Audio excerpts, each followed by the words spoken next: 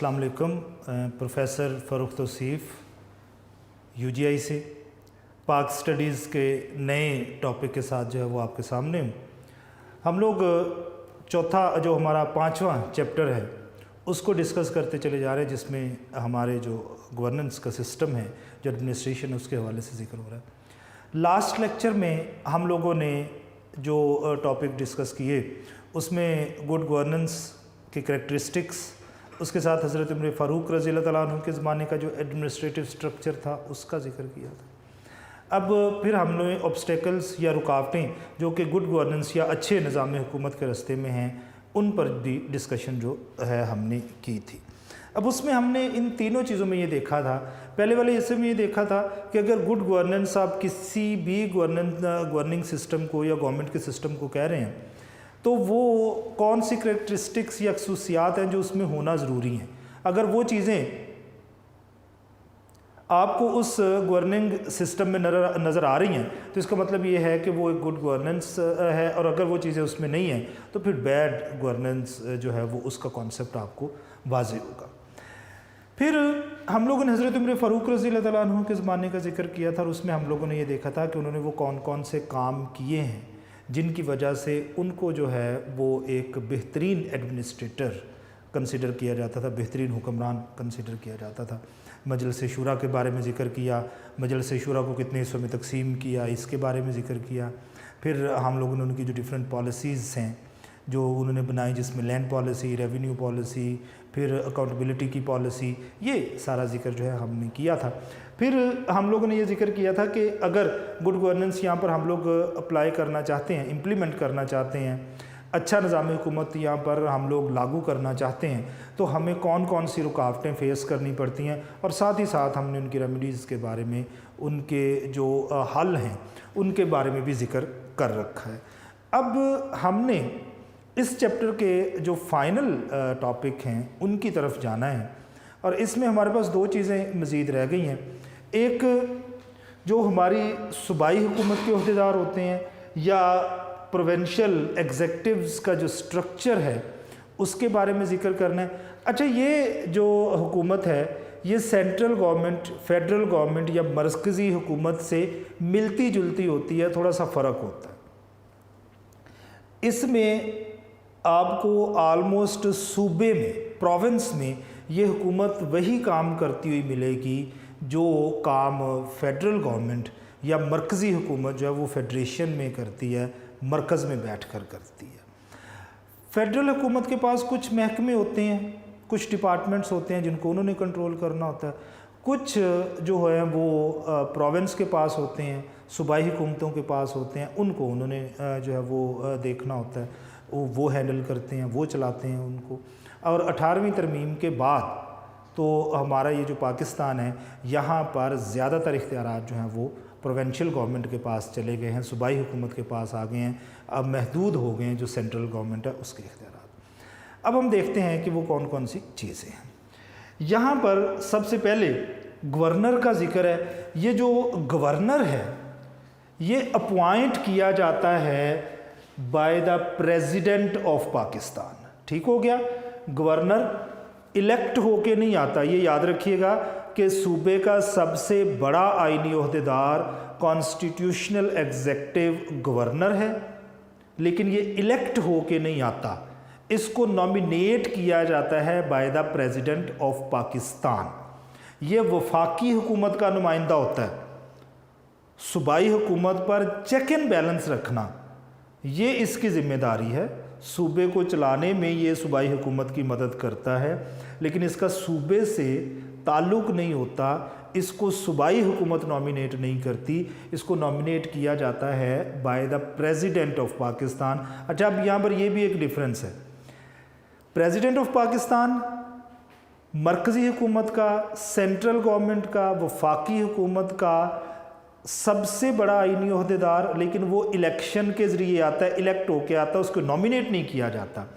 ये सूबे का सबसे बड़ा आईनी ओहदेदार, लेकिन इसको नॉमिनेट किया जाता है by the president of Pakistan, ये इलेक्ट होके नहीं आता, और ये वफाकी हुकूमत के बंदे की तरह काम करता है।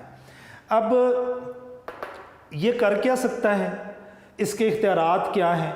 गवर्नर जो होता है वो जब चाहे सूबाई असम्बली का इजलास बुला सकता है। ठीक हो गया? जिस तरह से प्रेसिडेंट ऑफ पाकिस्तान है वो जब चाहें सेनेट और कौमी असम्बली का इजलास जो है वो बुला सकते हैं और उससे खिताब कर सकते हैं, और रिसेंटली जो हमारे सदर हैं उन्होंने ऐसा किया भी है।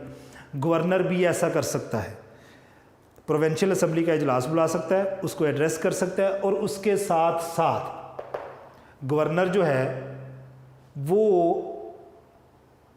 सूबाई हुकूमत को डिक्टेट कर सकता है, उनको मुशावरत प्रोवाइड कर सकता है, उनको गाइडेंस प्रोवाइड कर सकता है डिफरेंट फील्ड्स में। जैसे लॉ बनाने पड़ते हैं, क्योंकि हर सूबे का अपना भी एक कॉन्स्टिट्यूशन है, अपना भी एक आइन है, उसके लिए लॉज बनाने की ज़रूरत पड़ती है, तो वो यहाँ आता है। तो जिस तरह से कौमी असम्बली में बिल पास होने के बाद सदर के पास जाता है मंजूरी के लिए, इसी तरह से ये यहाँ पर गवर्नर के पास सूबे से जाता है। देन गवर्नर रूल, ये एक बड़ा ही हार्श किस्म का प्रोसीजर होता है, बड़ा सख्त किस्म का प्रोसीजर होता है। पाकिस्तान में हम ये एक्सपीरियंस कर चुके हैं, लेकिन गवर्नर जो है by the orders of president of Pakistan, सूबे में गवर्नर रूल जो है वो उसको अप्लाई कर सकता है, जिसका बाद में ये होता है कि वो सूबाई हुकूमत मुकम्मल तौर पर ख़त्म हो जाती है। वज़ीर आला जो है वो नाअहल किस्म का हो जाता है, बेख्तियार हो जाता है, पावर्स नहीं होती उसके पास, और गवर्नर फिर सूबे को जो है वो कंट्रोल करता है, रूल करता है। ये सिचुएशन अच्छी नहीं होती है, लेकिन एमरजेंसी की सूरत हाल में, एमरजेंसी अगर सर्कमस्टांसिस या हमें कहीं पर कंडीशंस फेस करनी पड़ती हैं, तो वहाँ पर फिर गवर्नर रूल जो है वो इम्प्लीमेंट करना, वहाँ पर लागू करना जो है वो काफ़ी ज़रूरी हो जाता है। तो ये प्रेसिडेंट ऑफ पाकिस्तान की मर्ज़ी से किसी भी सूबे में वहाँ का जो गवर्नर है वो गवर्नर रूल जो है वो अप्लाई कर सकता है, और फिर गवर्नमेंट जो है वो कम्प्लीटली इसके कब्ज़े में होती है, और यही फिर उसको कंट्रोल भी करता है। देन चीफ मिनिस्टर, अब ये जो चीफ मिनिस्टर है ये MPA होता है, मेंबर ऑफ प्रोविंशियल असम्बली होता है, और प्रोविंशियल असम्बली में फिर जो दूसरे MPAs होते हैं वो इलेक्शन के ज़रिए, वोट्स के ज़रिए जो है वो इसको इलेक्ट करके तो चीफ मिनिस्टर बनाते हैं। जिस तरह से हमारा प्राइम मिनिस्टर होता है, उसको भी कौमी असम्बली में वोट लेना पड़ता है, वोट लेने के बाद वो वहाँ का सरबराह बनता है, वो MNA होता है। यहाँ पर भी जो चीफ मिनिस्टर है ये वज़ीर आज़म की तरह सूबाई असम्बली से वोट लेके इलेक्शन के ज़रिए इलेक्ट होके जो है वो चीफ मिनिस्टर बनता है, वज़ीर आला बनता है, और फिर वो ये काम एग्जैक्टली वही करता है जो आपका वज़ीर आज़म करता है। ये जो हमारी कैबिनेट या काबीना की मीटिंग्स होती हैं उनमें बैठते हैं, सूबे के मसाइल डिस्कस किए जाते हैं, सूबे के मसाइल को हल करने की कोशिश की जाती है, तो ये सारा काम जो है वो चीफ मिनिस्टर ने करना होता है। फिर चीफ मिनिस्टर जो है वो अपने तमाम तर किए हुए काम जो हैं उनके बारे में फिर असम्बली में, कैबिनेट में डिस्कशन होती है, कैबिनेट से फिर वो असम्बली में जाता है, असम्बली में बिल पास होने के बाद फिर वो गवर्नर के पास जो है वो चला जाता है पास होने के लिए। प्रोविंशियल कैबिनेट एंड मिनिस्टर्स, वहाँ पर फेडरल कैबिनेट थी, वफाकी काबीना थी, यहाँ पर प्रोविंशियल कैबिनेट है, सूबाई काबीना है। यहाँ पर ये याद रखिएगा कि मैंने उस दिन भी बताया था, उस लेक्चर में हमने जो जिक्र किया था जिसमें फेडरल कैबिनेट का, उसमें भी ये जिक्र हो चुका हुआ है कि जो कैबिनेट के मेंबर्स होते हैं वो सिर्फ मिनिस्टर्स होते हैं, तमाम के तमाम MPAs जो हैं वो प्रोविंशियल कैबिनेट का हिस्सा नहीं होते, बल्कि सिर्फ जो वज़ीर होंगे या मुशीर होंगे, एडवाइज़र या मिनिस्टर जो है वो इसका हिस्सा होते हैं। और मिनिस्टर एग्जैक्टली उसी तरह से काम करता है जिस तरह से फेडरल मिनिस्टर काम करता है फेडरेशन में, मरकज़ में, इसी तरह ये लोग जो हैं ये सूबे में काम करते हैं। अब इन मिनिस्टर्स का काम पॉलिसीज़ बनाना, पॉलिसीज़ कैबिनेट में डिस्कस करना, फिर अगर पॉलिसी अच्छी है तो उसकी इम्प्लीमेंटेशन के लिए कैबिनेट से मंजूरी लेना, और फिर अपने अपने डिपार्टमेंट्स में उन पॉलिसीज़ को इम्प्लीमेंट करना, और वहाँ से रिपोर्ट्स कलेक्ट करके चीफ मिनिस्टर तक पहुँचाना, और चीफ मिनिस्टर की पॉलिसीज़ को नीचे तक जो है वो ट्रांसफ़र करना, वो इनकी ज़िम्मेदारी होती है। इसके बाद चीफ सेक्रेटरी सूबे का सबसे बड़ा गवर्नमेंट ऑफिशियल होता है। अच्छा, इसकी सीट सूबाई है, चीफ सेक्रेटरी होता सूबे में है, लेकिन ये मुलाजिम फेडरेशन का होता है, मरकज़ का ये मुलाजिम है, सूबे का ये मुलाजिम नहीं होता। बेसिक स्केल इसका 21 होता है, सबसे बड़ा ये ओहदेदार है। ये सेक्रेटरी से रिपोर्ट्स लेता है और ये रिपोर्ट्स चीफ मिनिस्टर तक पहुंचाता है। इसी तरह से चीफ मिनिस्टर के ऑर्डर्स जो हैं ये सेक्रेटरी तक लेके आता है। देन सेक्रेटरी है, सेक्रेटरी ऑर्डर्स रिसीव करता है चीफ सेक्रेटरी से और उनको ट्रांसफ़र करता है एडिशनल सेक्रेटरी तक। फिर एडिशनल सेक्रेटरी से रिपोर्ट्स कलेक्ट करके ये चीफ सेक्रेटरी तक लेके आता है। तो सेक्रेटरी 20वें ग्रेड का फेडरेशन का ही मुलाजिम होता है, ये वफाक का मुलाजिम है, सूबे का ये मुलाजिम नहीं, लेकिन सूबे के लिए काम करता है।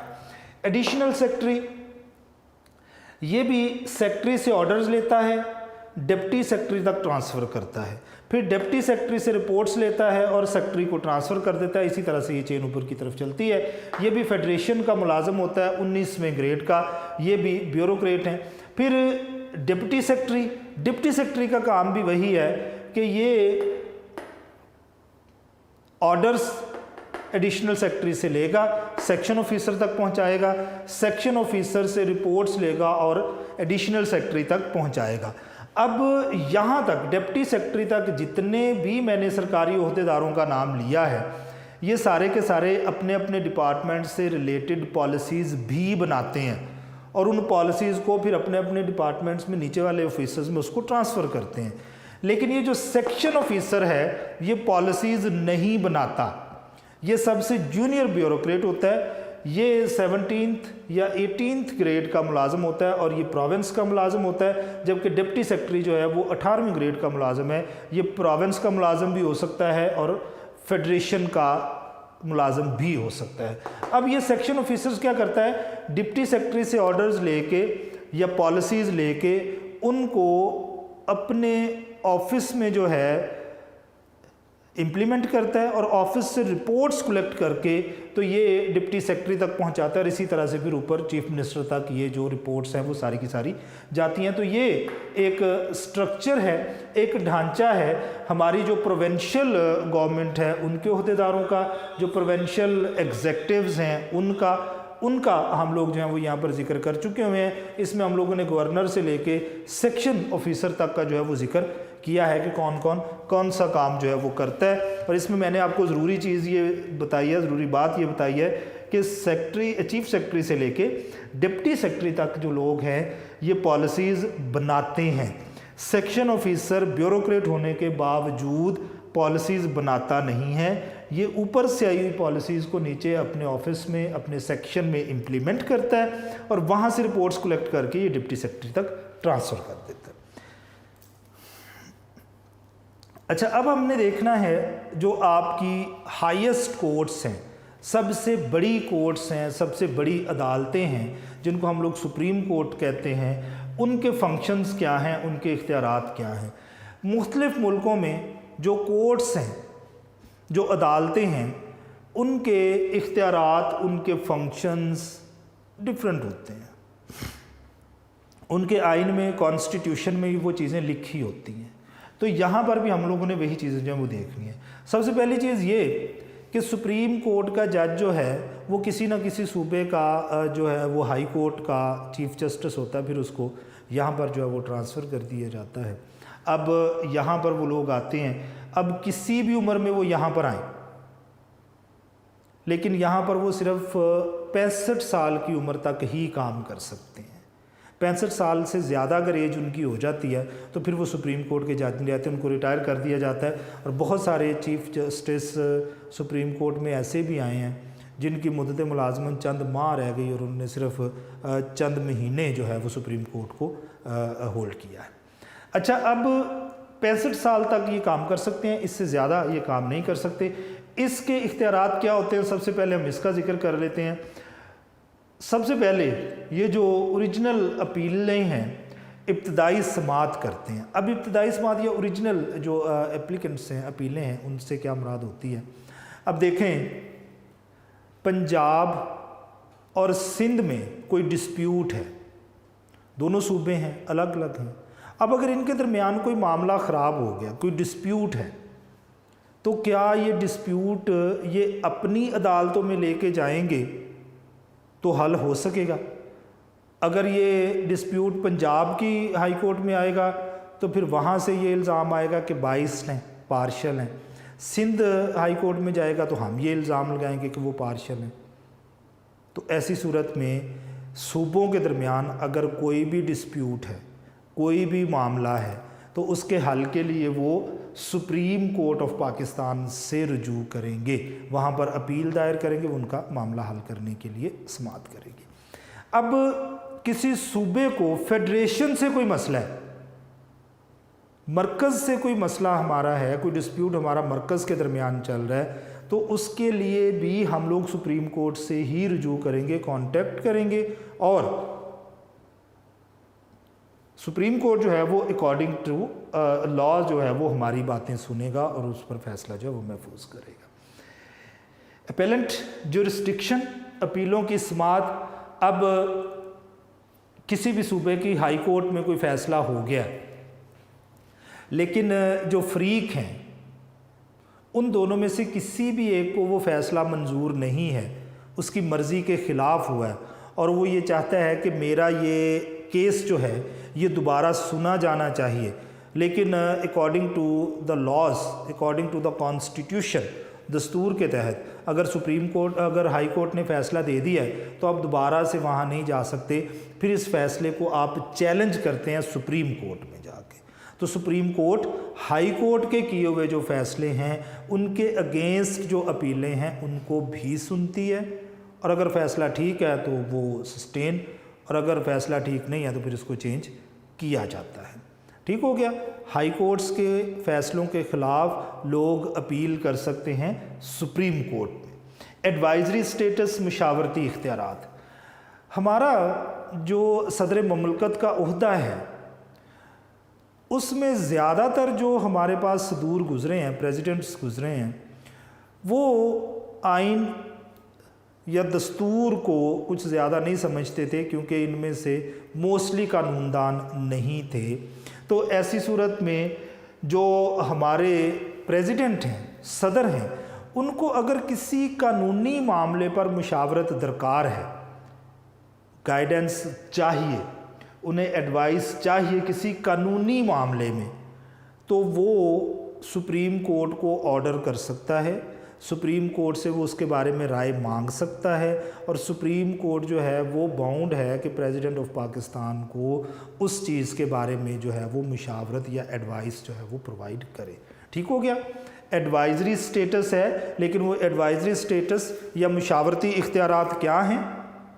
सुप्रीम कोर्ट ऑफ पाकिस्तान को सदर ममलकत किसी भी मामले में, कानूनी मामले में मुशावरत के लिए कह सकता है, और अगर वो मुशावरत उनसे मांगता है तो हर सूरत में सुप्रीम कोर्ट ऑफ पाकिस्तान जो है according to constitution, according to दस्तूर जो है वो उसकी मदद करेगा, उसे गाइडेंस, उसको एडवाइस, उसको मुशावरत प्रोवाइड करेगा। देन सुपरवाइजरी अथॉरिटी, निगरानी के इख्तियारात, इनको मातहत अदालतों की निगरानी कहा जाता है।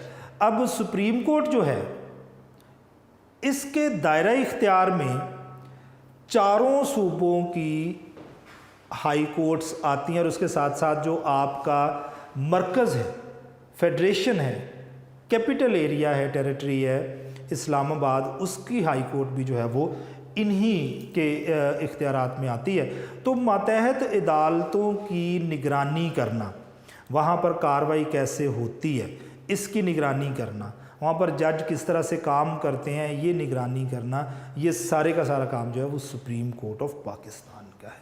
हाई कोर्ट्स वो चाहे चारों सूबों की हैं, चाहे वो हाई कोर्ट जो है वो इस्लामाबाद की है, कैपिटल टेरिटरी की है, उन हाई कोर्ट्स पर नज़र रखना, उनकी निगरानी करना, उनके काम पर नज़र रखना जो है ये इनका जो है वो काम होता है। उनको सुपरवाइज़ करते हैं, उनको किसी भी तरीके में कोई मुशावरत दरकार होती है तो इनसे रजू कर सकते हैं, और अगर इन्हें किसी भी मामले में ये लगता है कि हाई कोर्ट जो है ये मामला जो है वो ख़राब हो रहे हैं वहाँ पर, तो ये फिर उसके ख़िलाफ़ जो है वो एक्शन ले सकते हैं। ठीक हो गया जी। इस लेक्चर में हम लोगों ने डिस्कशन की, सबसे पहले तो जो हमारे सूबाई अहदेदार हैं, प्रोविंशियल एग्जेक्टिव्स हैं, फिर उसके बाद हमने सुप्रीम कोर्ट के जो फंक्शंस हैं उनका जिक्र किया और फंक्शंस के बारे में हमने डिस्कस किया कि कौन कौन सी चीज़ें जो हैं वो इन फंक्शंस का हिस्सा होती हैं। नेक्स्ट लेक्चर में हम लोग जो हैं वो नए टॉपिक के साथ दोबारा हाजिर होंगे। तब तक के लिए अल्लाह हाफ़िज़।